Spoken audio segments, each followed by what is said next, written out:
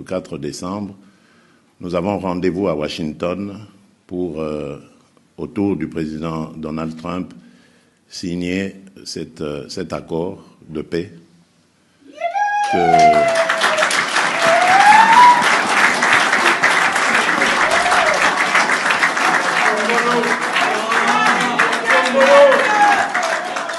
cet accord de paix qui, j'espère, va vraiment, comme je vous l'ai dit, ramener la vraie paix, la paix véritable dans notre pays. Parce qu'ici, depuis tout ce qu'on vous a dit, ce n'était que de l'habillage. Chaque fois qu'il y avait des accords de paix, vous avez suivi, il y avait en même temps mixage, brassage. C'était là l'occasion d'infiltrer des éléments étrangers dans notre armée pour que quelques années plus tard, le cycle recommence évidemment.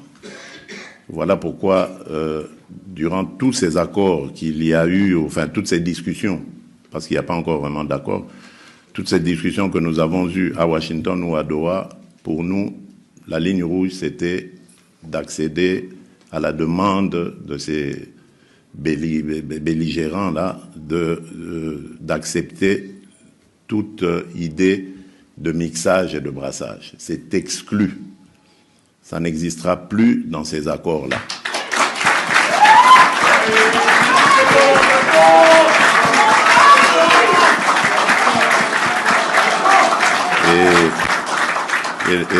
Et nous avons dit que s'il y a des Congolais parmi eux, eh ben, ils seront checkés. On va checker leurs origines, mais également leur comportement. Donc, il est hors de question d'accepter, même si ce sont des Congolais, des belligérants qui auront versé le sang de nos compatriotes. Donc tout cela sera checké et il n'est plus question de faire de brassage et de mixage avec ces bandits. Oui, oui. Alors,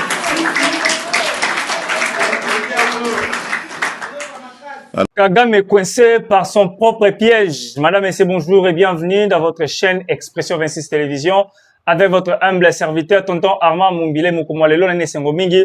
Yakoza li suzo etendoke na bino Mukumwalelo pour nous informer bino, pe ko souhaiter bino joyeux Noël 2025 à tous et à toutes, à ceux qui nous suivent, à nos abonnés, à tous les Congolais, à nos compatriotes, vous qui nous suivez de partout dans le monde entier, bienvenue dans votre chaîne.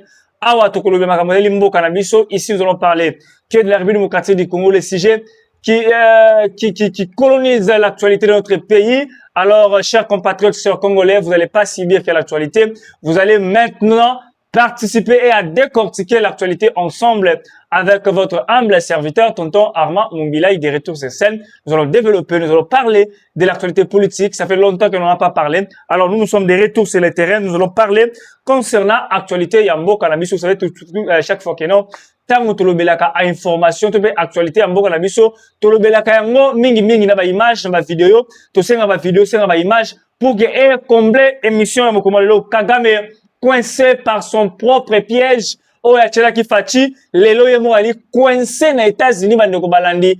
Akima ki d'abord Conseil des Nations Unies, oh, la tribune des Nations Unies, oh, ba président, il y a monde entier, bah, s'exprimaka devant, la tribune des Nations Unies, Kagame Akimaki, Atinaki Aye, ministre des Affaires étrangères, oh, Ndungurire. Alors, lelo yali coincé par son propre piège, ou yachela ki fachi ma piège, lelo ya suki, toko décortiquer piège yango awa, na Expression 26 Télévision, parce que mon colo est génie, oyo, quoi tout nous, toujours, au pessi moi, aboyi, mais laisse que l'histoire se répète 23 ans après, parce que vous allez être, c'était toujours 23 ans après, Joseph Kabila, Hippolyte Kanambe, yé akutanaki na donna à l'époque c'était George Bush, je m'abuse, avec Paul Kagame, et ça y est en États-Unis, il y a un kimi a peu kontaka na niveau est, ba accord oyo Kanambe asinaka pona est mboka na biso, mwana mboka Fachi Beton aye a dévoilé yango, a décortiqué yango par le but que non,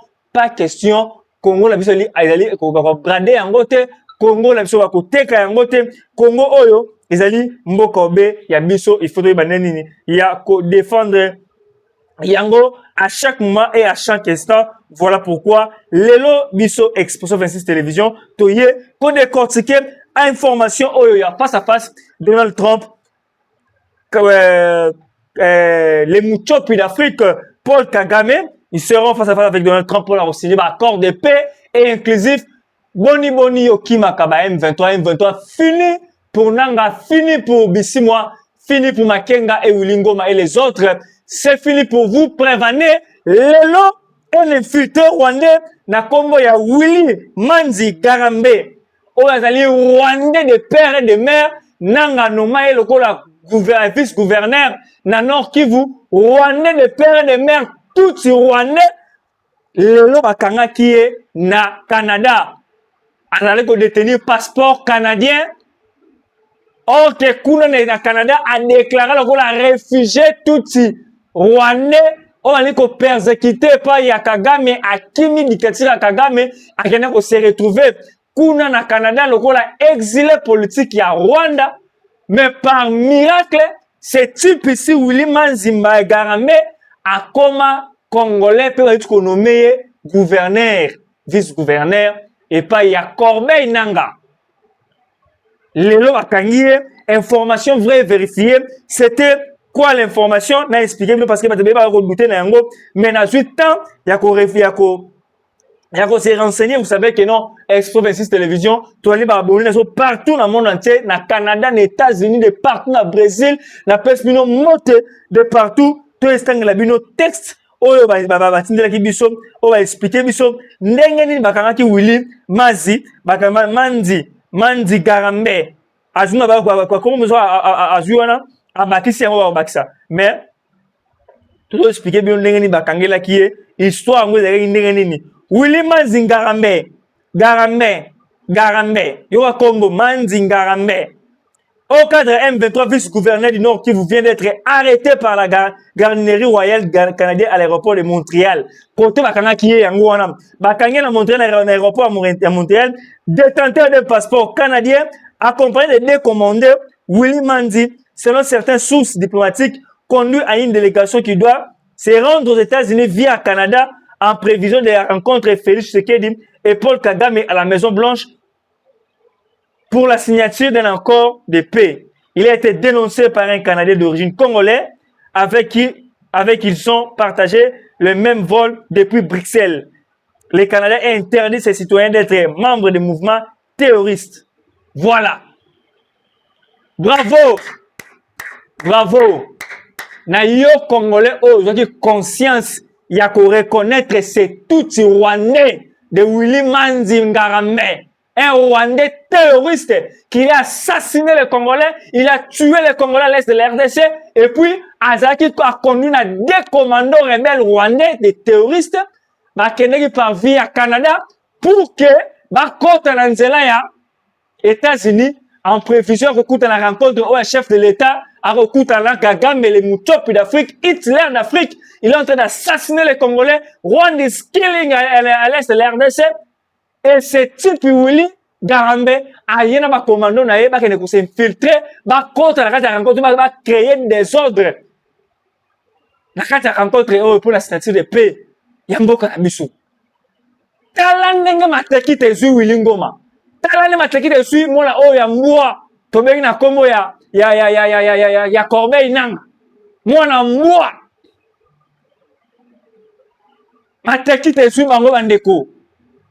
Na une force de frappe le pour expliquer la réalité mais information vraie et vérifiable. Boye maete Congolais mi souffre fungoma biso. Congolais, il est temps d'agir, il est temps de réagir, il est temps de faire des choses vraies. Merci beaucoup la Congolais il y a pour dénoncer la gardinerie royale au Canada. Pour expliquer que non, tout ça un terroriste Willy Manzi Garambe c'est un terroriste. Quand Twitter a utilisé, c'est pas lui qui utilise. Vous savez tous que ces gens leurs comptes sont gérés au Rwanda. Bon, là, non, il a tweeté ce matin, il a tweeté à faire des tweets ce matin, c'est faux et c'est faux. Son compte, pour démasquer, pour anéantir l'information, son compte est géré au Rwanda. Vous savez tous avec nous, vous savez, comment le réseau Twitter a innové ma kambasika, on détecter compte sa mutu, on détecter la place ni aller localiser. Tous même Steve Wemby et les autres, compte na bango da gérer au Rwanda, tekela yango Rwanda. Bango certes dans la possession, il y a compte na bango na ngo ba publier information, mais boye compte na bango d'aller détenir na Rwanda.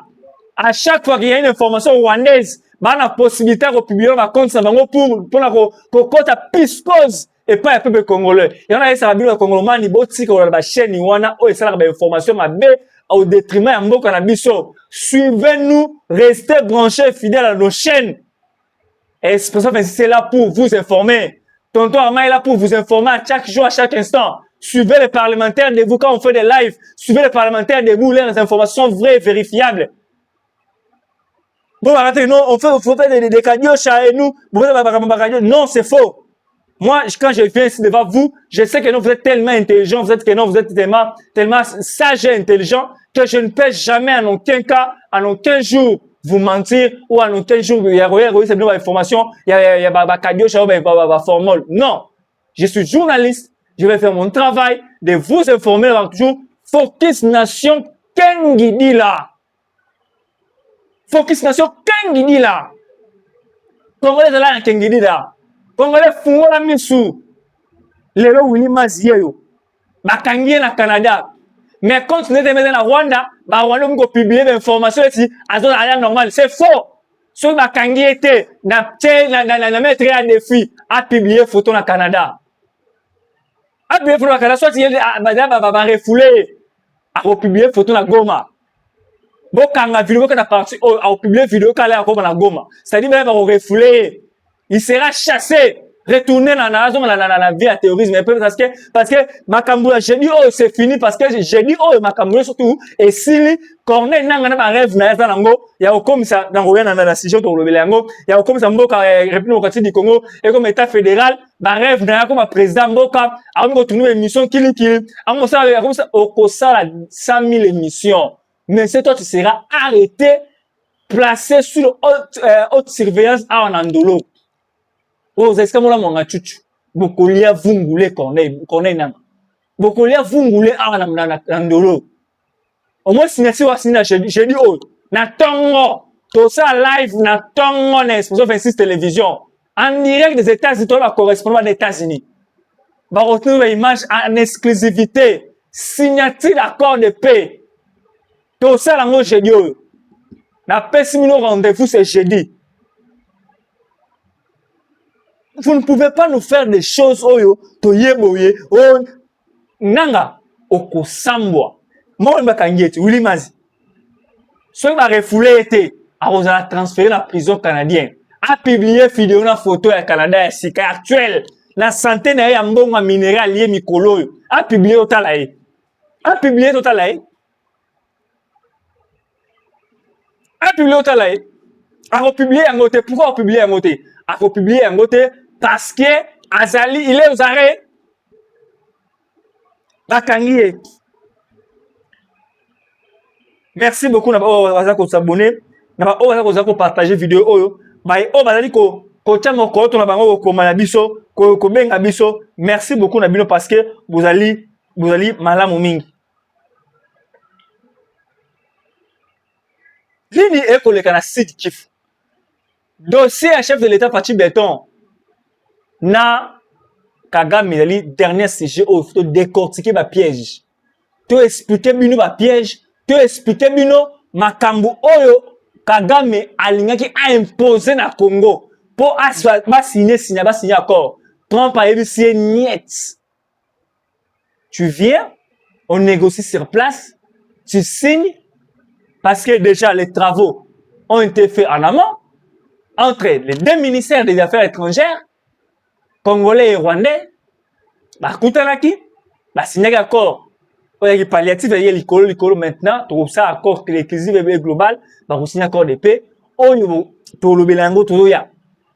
Restez scotché, tout expliquer, parce que tout outil n'a pas maille. Comment on a tiki mandef? Na tiki suki, excusez-moi, on va dire, nos chapeaux. Na tiki suki, kepi, ou chapeau. Ça dépend. na uti na se ya mai na bimi sikoyo na se ya mai mpona kopesa bino biloko euti mbinguni mpona kopesa bino oyo abengaka efata eye. Congolais, écoutez-moi. Lelo na Sud Kivu. Affrontements violents ont été éclatés ce mardi. Entre mardi et mercredi la nuit. Mardi et mercredi. Nabutu. Affrontement entre les M23 armées congolaises appuyées par le groupe Wazalendo. Dans plusieurs localités. Bravo. Walungu sauvé. Uvira sauvé. Walungu et Uvira dans la province de Sud Kivu sauvé. Même na Kaya Kamanyola, la minute au Kamanyola, Katogota, Nyangezi, Kaziba, toutes les activités scolaires ont été paralysées, mais sous contrôle des FARDC et les groupes Wazalendo. Beta maboko pas Ozali. Beta maboko parce que les FARDC baro kene. Kamanyola, bozo ba ville ba mboka. Kamanyola, Uvira, Walungu, Katogota, Nyangezi, Kaziba. Ba ville ba mboka wana nyo studio Sabino ezali occupé actuellement par les FARDC. Okocha GMT. Okocha GMT de ko talangai. Okocha commentaire te. Tia commentaire. Tia j'aime partager vidéo 4 parties va atinga yango. Soit par lien ou partager yango. Ben information vraie et vérifiable. Mboka oyo ces gens-là bako kufa bako kima. Parce que Kagame vous avez déjà coincé. Donc yango to informer bino malembe par rapport il y a ba information. C'est notre passion. Nous vous informer, c'est notre passion. Et notre devoir, c'est de chercher l'information pour vous. C'est ça notre mission. C'est ça notre rôle. C'est ça notre job. À chaque fois et à chaque instant, nous allons toujours le faire. Alors, nous allons parler, avant tout dans le dossier, il y a tête à tête, parce que le dossier, il y a tête à tête entre le chef de l'État Félix Antoine Tshisekedi Tshilombo, Mwana Mboka, et puis, le président Donald Trump, Mwana Matete, avant précisément na Mongo, on a vu le qui kwenge, Donald Trump avant na wana. Amine Mukumbo Suto, Koko, Melo Mukumbo So, le Muchopi d'Afrique, Lambalia Petit Nanga Muchopi d'Afrique, Lambalia Kagame, Lambalia, Barosala, na chef de l'État, Félix Antoine Tshisekedi Tshilombo, na Donald Trump, place Oyo, la kusula makambo mboka. Na fata ko mawana tolo biana no gouverneur oyo ya Chopo. Gouverneur intérimaire à Chopo. Pour que des choix titulaire naie, semblerait que l'information titulaire naie on va que des choix anayi mutu ya ba avant na naie ya mutu ya Chama Chuba. Genre il est toujours à Kinshasa na ba boîte de nuit par-ci par-là. D'ailleurs on aurait voulu la dire plusieurs gouverneurs il y a ma province bazara mingi na Kinshasa qui est la province na bango. Donc nous va coordonner ga neni combien compte kuna moi 10 000 compte moi 20 000 bon c'est bon tu on a compte na compte ça un tel va tenir le waye auto na kina ana ba fils maman za moi 4 moi 5 awa na kin avec le vina président awa mais peuple kuna ko to photo ya ma gouverneur à qui va ba on est le côté. Alors, c'est la grâce soit annoncé, le chef de l'État qui t'a allé, il y en a un mois avant, à quel le groupe a composé un goudron, coach Banzela, à vous aurez m'amélé, que le robot Moussanzela, que le arrangé, pour les retrouver l'inspection, au travail, non, tu as donné la province, tu as un problème, tu as un moyen de bord et tout. Bon, on a soutenu le ministre du gouvernement provincial et national, le ministre de la Finance, à qui je salue. Excellence Doudou Fouamba, l'homme méthodique. L'homme qui travaille méthodiquement. Pour le bela pesi jenaï na suka awa parce qu'il y a eu mon tout le bela Doudou Fouamba Libotai Mwana Mboka solo un technocrate déjà je crois bien azana États-Unis na mokonzi mboka Fachi Beton place oyo bazali ba ko comment on dit ça le ka ni chédé ko sala. Alors Gouverneur intérimaire, Didier Lomoyo, Iteku, un kabiliste de sang, un canamiste, hein? Didier Lomoyo, Iteku, un kabiliste. Bon, pourquoi tu c'est un kabiliste? Na liboche boka discours na oyo. D'ailleurs, il est interpellé, bravo, le ministre intérieur, Jacquemain Chabani. Mosala na yo kitoko. Jacquemain Chabani, mosala na yo kitoko. Boene zalaka. Kozala sensible. Et puis, okomamba moko. Ole otoyaka okaka mungonga okoloba. Papa Jacquemain, t'es la gouverneur, directement mais ispele na yeboye asuka kwa Jacques Kabila kato azonga lisute o mengisi ayena kilo ya mare suste kuno cha intérimaire mususu sa musala ana ko vole misala timande esila olongoli méthodiquement na nenga sointement na sengi na régie boche la biso no vidéo oyo ya mona ya gouverneur un kabiliste. D'ailleurs, photo na ba yango, botala photo na o. Ah, ada kabiliste.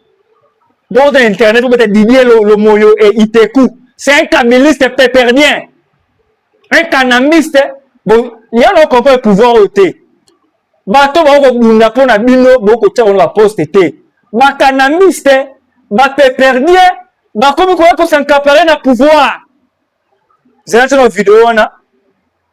C'est une vidéo na. Dola nango lapsus lapsus révélateur dola nango ka ba fichier wana pour que bayeba nani réellement azali agent à l'État et c'est un processus qui se poursuit jusqu'à ce que oyo nyonso azali agent à l'État à kozwa mécanisation na yo.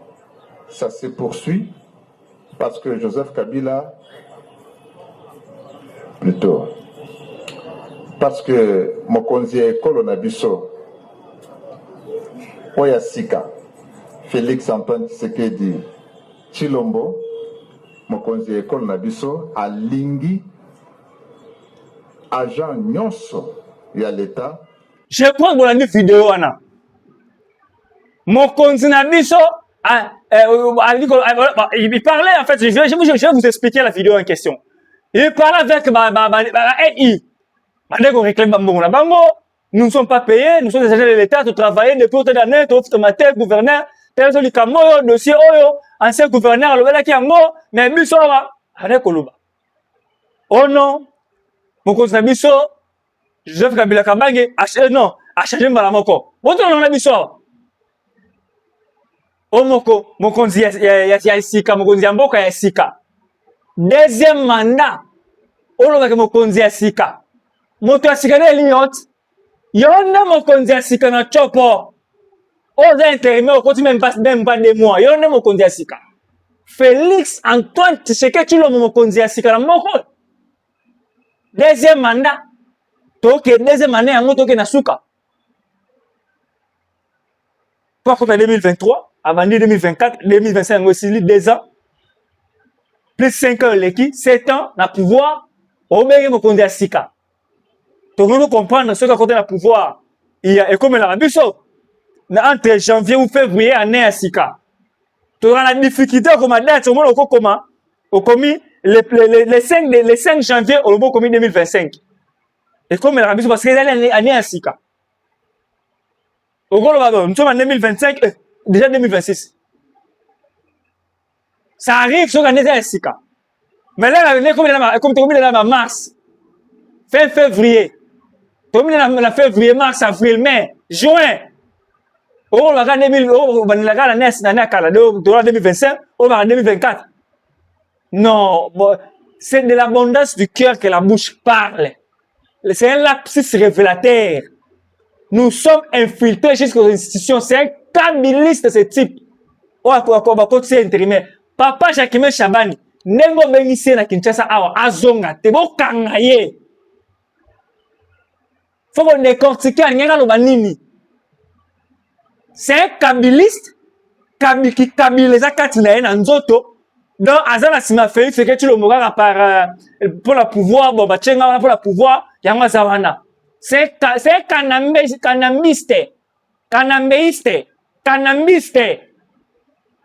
canambiose. C'est canambiose. Permettez-moi les termes, on peut tout créer, d'ailleurs, les blancs va créer un mot. D'ailleurs, il y a aussi Eddie Malou qui a créé Congolais stigmatisation. Voilà. Hein? C'est canambiose. C'est canambiste. C'est canambiste. Kabil pire. Non, comment on va dire Kundesika? Bon, des corps qui vont kamamutoana. Le côté de la Molamboka, Chakimel Chabani, tout le monde sous ce dossier, a été suspendre. Bravo. Parce que, tu n'as jamais dans la histoire, Oyo Coutinho Fernando Asana Mboka na biso Congo. Moi na mboka Coutinho Fernando ayaka na mboka on a sauvons le Congo. Là ayaka ko découvrir biloko Kabila tonga na Tanzanie, atonga na Burundi, atonga na Uganda, atonga na Rwanda. Ba biloko na Maroc na Espagne partout. Alors ba contre ninga ba futa ba Rwandais ba armée rwandaise. Ah ben non, on doit sauver ce pays. Aïe, on a terminé, sauvons les Congo. Quand on a meli bangi, na batunaye, ba fandi, bandi ko concevoir les Kambu, ba créer le rôle bango ya bondoki, sauvons les Congo. Kanambi yo, c'est même kao. Au sali 18 ans na mboko. Au sauver en côté. Dans le monde, on a pour sauver. Pas tant les coquilles, papa. Kabila moko kuzonga kate. Yeba, tant on mutu na yo que non. Tout ça la campagne que Kabila oko. Non, on s'est pour ça, il a pouvoir na 18 ans.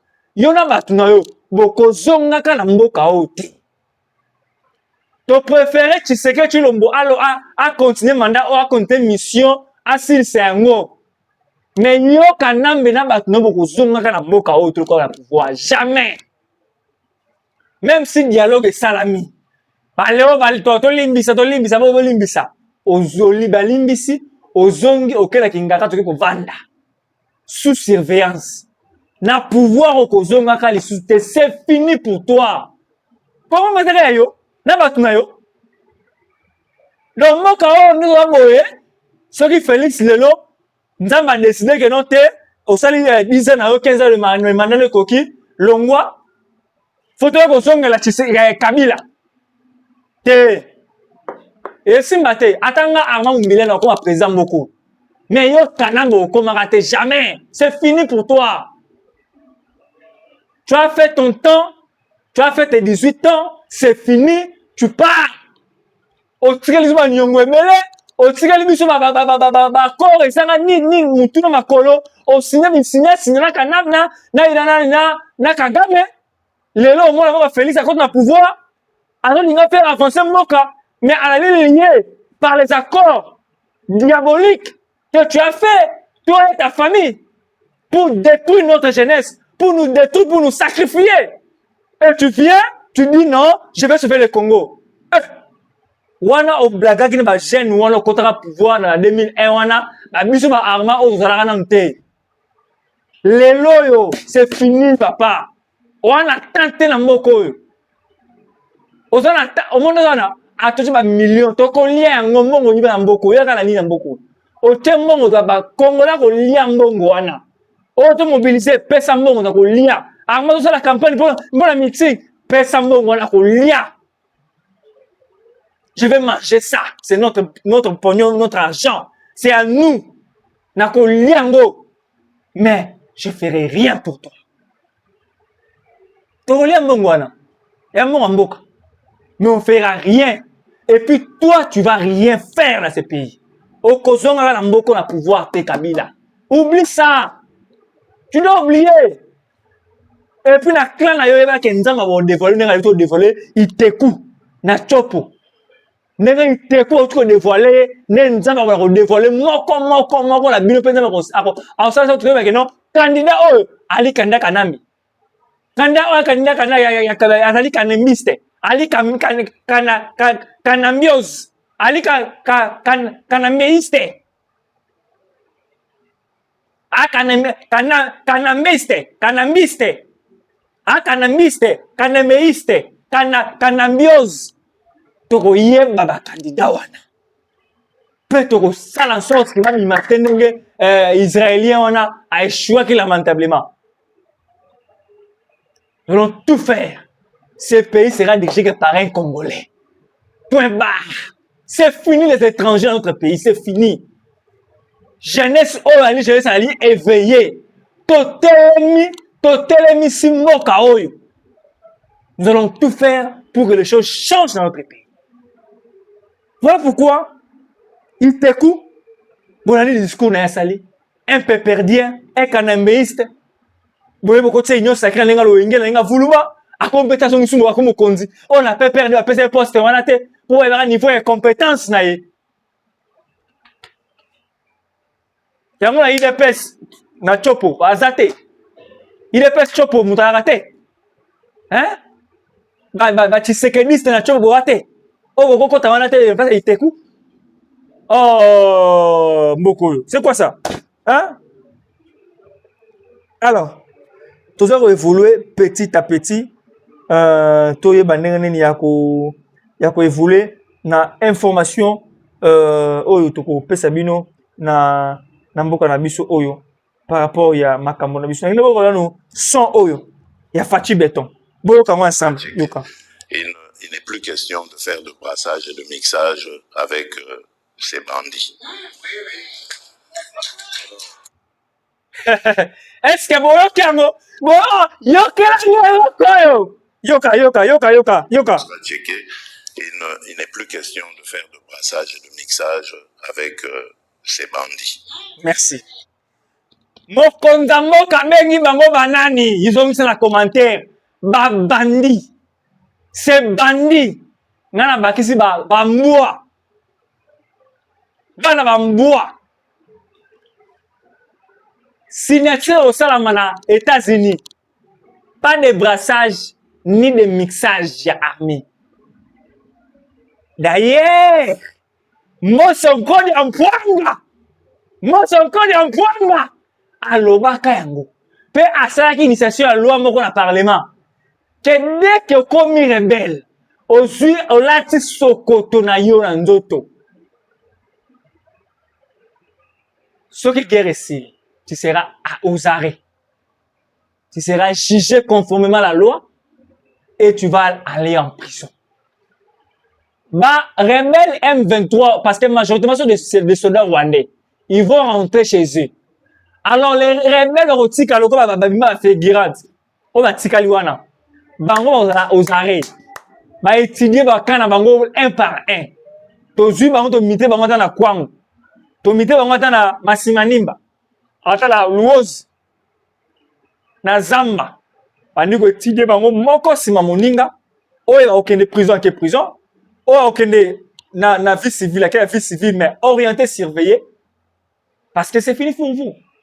Choisir la rébellion au 21e siècle, en RDC, là où les jeunes sont éveillés, c'est la pire erreur que tu ne peux jamais faire dans ta vie. Voilà pourquoi ce matin, n'a pas informé Bilou Andeko Balandi. Que moi, je vais faire les tu serais Chilombo. Alors qu'il a signé contrat. Accord de paix. Na Rwanda. Pays agresseur. Il a tué les gens. Kagame a piégé, coincé lui-même par son propre piège.